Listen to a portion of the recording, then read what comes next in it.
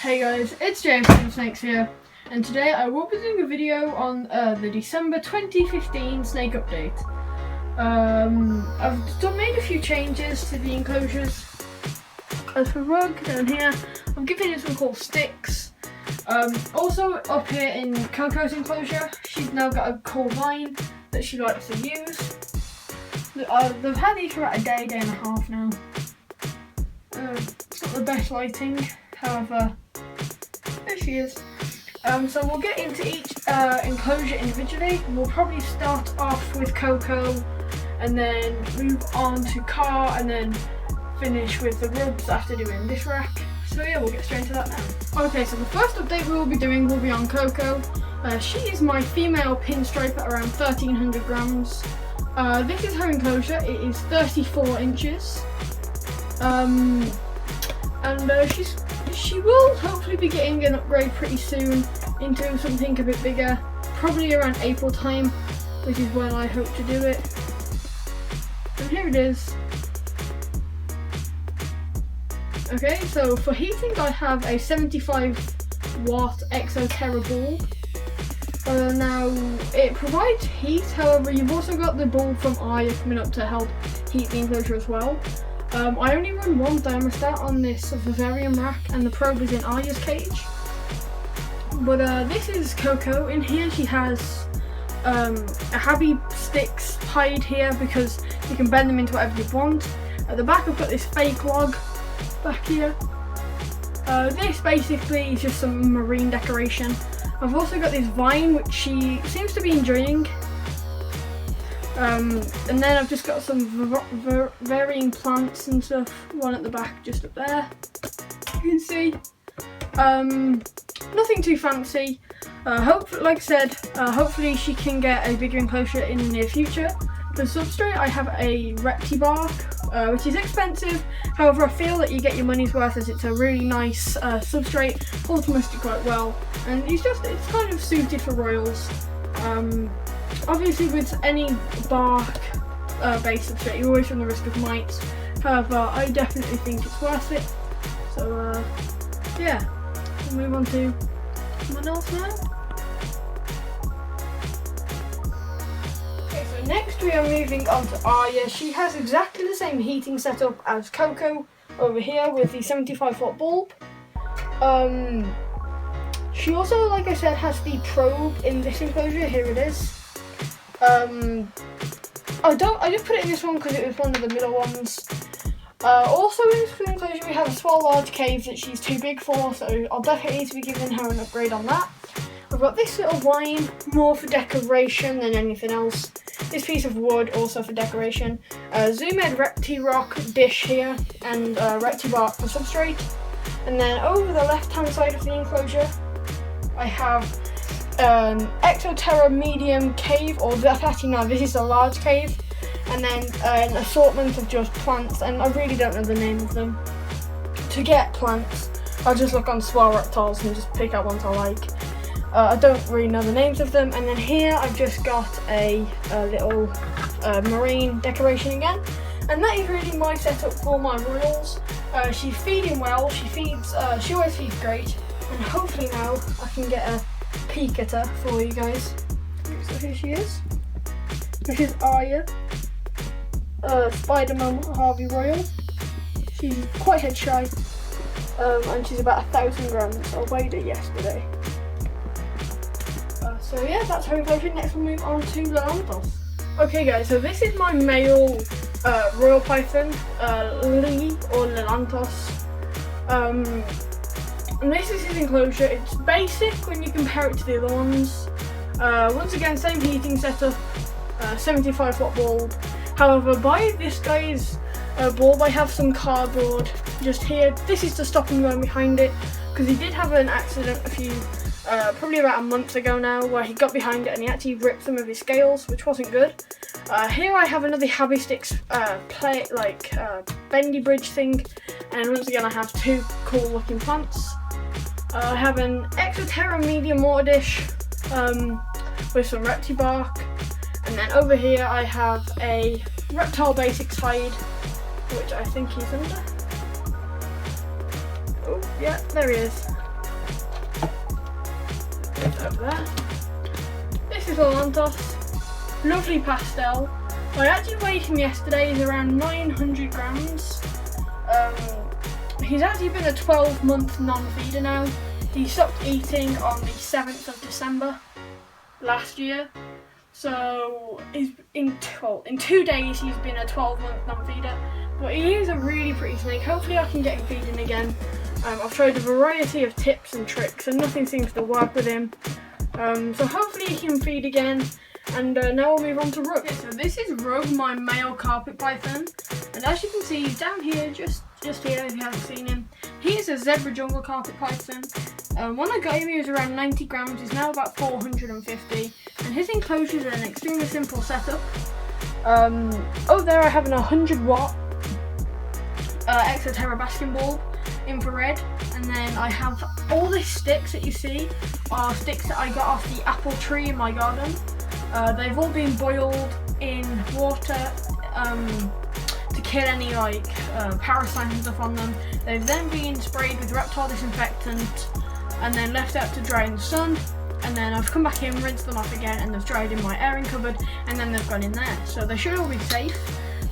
It's a free way to get some cool climbing material. The vine that I had in there, the Exoterra one, kept slipping down, and it wasn't really working as like a climbing space.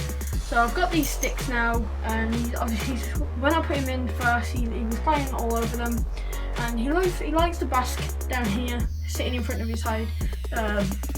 But hopefully, this wood has only been in a day, so hopefully I'll catch him sitting up on top of it sometime. Well, yeah, this is his enclosure. I have 2 swell large reptile caves in either end, core side and one side. Down here I have a Zoomed Repti Rock in grey, and then I have a dinosaur skull just here, and then I have a variety of like plants and stuff, which, like, you know, I don't really know the name of. Now in here I also have some Reptibark substrate, which I use in all of this rack because all the pythons in this rack need some humidity. And this is him. Hopefully around Christmas time he will be upgrading, because as you can tell he is kind of a bit big for this enclosure now. So hopefully he will be moving into a 4 foot long by 2.5 foot tall and 18-inch deep enclosure, which, when you consider that this is not even 3, this is 2 and 10 inches long, 12 or 16 inches tall and 16 inches back. It's a huge improvement for him, and that should be brilliant on a top of the range heating setup with white python LEDs, on a microclimate Evo thermostat and like day and night cycles. So that should be really exciting. I'm really looking forward to that. Getting all that set up. It should be like our own little project. And then yeah, so he should be getting an upgrade from that, which will give this vivarium free, so I can put like the milk snake in this one or something. And it really does depend. But this is his enclosure at the moment. Shouldn't be like this for very long. He should be getting an upgrade. But now we'll move on to Car. Okay, so this is Car's enclosure. This is a 36 by 18 by 18 inch enclosure, and he'll be in this for the rest of his life. And if I just open up the vivarium to get rid of that glare in the middle of the screen, you can see he has 2 Exoterra large caves. I would get him out, however he's deep in the shed. He has 2 Exoterra large caves here and here. He has a 75 watt bulb up there, Exoterra. Oh, actually no, that's a Komodo bulb. And then he has an array of like big wooden stick, and then it's just like some vines I got off Swell Reptiles. He also has a marine decoration and an Exoterra large bowl. This was custom made by ND Aquatics, this vivarium, as you can see just down here. And he'll be in this for the rest of his life. I currently use Aspen in here because cool snakes like to burrow, and if you see him in the morning when I wake up, all the substrate everywhere, it's flipped out, it's all in the water bowl. He actually pulled down this plant the other day because he'd been climbing in it, and he's just a really fun snake to have. At the moment he's in shed and he's not eating. He's been in shed for now about 2 weeks, so he hasn't eaten the past 2 weeks. But he's a really fun snake to have, and he was my first snake, so I'll never be getting rid of him. But yeah, nothing much is happening with him, apart from in the new year, around February time, March time, I hope to be switching him over to a bioactive setup. I also hope this can be another little project that we can have. I'm hoping to get some isopods and springtails in there.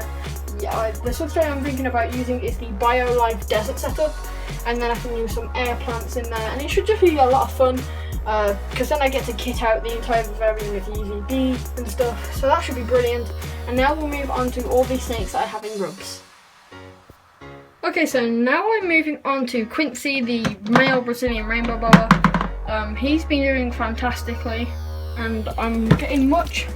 Oh, I've just spilled water everywhere. I've been getting much better humidity results after I've switched up his enclosure to a Cypress Malt Eco Earth mix. Now, just going to quickly try and find him here. Okay, I found him. He's in his coal hide. And there he is. You can see him. It looks like he might be going into shed, I can't really tell. But his skin looks like it has a twinge of blue to it. But yeah, this is his enclosure.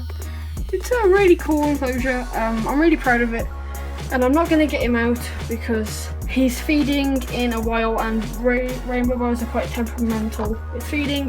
However, that's him.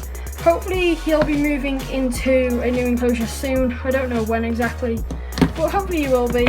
But now we'll move on to Misa. Okay, so now we're moving on to Misa, my albino Nelson's milk snake, and here she is just in this hide. You can see her eyes there. She shed just 2 days ago. So she's absolutely popping with colour. She's really, really pretty snake. I'll give her a better view. Just look at those reds and the whites. Milk snakes definitely want to be one of my breeding projects in the future. Royals and milk snakes. Hopefully I'm looking to see if I can get an Oreo milk snake or an Oreo Nelson's milk snake, which is a line bred milk snake where they breed the red out of milk snakes and just leave like a black and white snake, and they're called Oreos, and I think they look fantastic.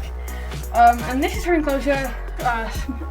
This is an Exoterra medium cave, heavy stick, small water dish, just a variety of plants and digging substrate, which is aspen in this case. And here she just has a wooden thing. She also has a heat pad covering about this much of the enclosure here.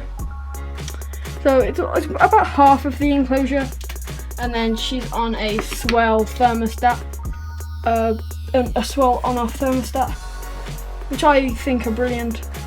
So if you want to go and get one of those, I would definitely recommend it. But that's her. She's on small mice now, and she's growing like she's growing loads. That's why she's had to have an upgrade in hide.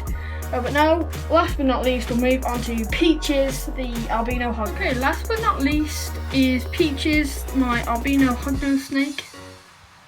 I picked her up from Doncaster, and she's very pretty, as you can see here. She's taken every week I've offered food, and yeah, she's just a really nice snake to have. I love the burrow, that's why I've given her an aspen substrate. And for some reason in this enclosure I seem to get a lot of condensation, which I don't quite understand why. But she's lovely, so here she is. Lovely patterns here. And, let's see if I can get her out a bit more. There we go. There we go. Still a bit huffy and puffy when I get her out.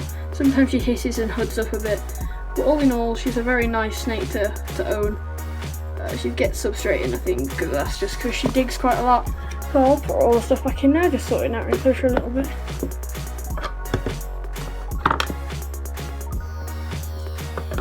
There we go. So thank you guys for watching this December update video. I've enjoyed making it, and hopefully in the future we can do some more of these. We're nearly at 1,000 subscribers, so if you haven't subscribed but you're watching this video, please hit like. We're only 30 away now, we're on about 970.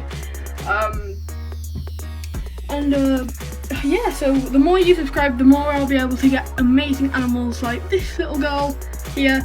I don't know about breeding her, maybe one day, maybe not. I don't really know much about hognoses, and albino is one of my favourite genes, just behind red albino. So, thanks for watching this video. If you have, please leave a like and subscribe, and I'll see you all next time on JFCMsnakes.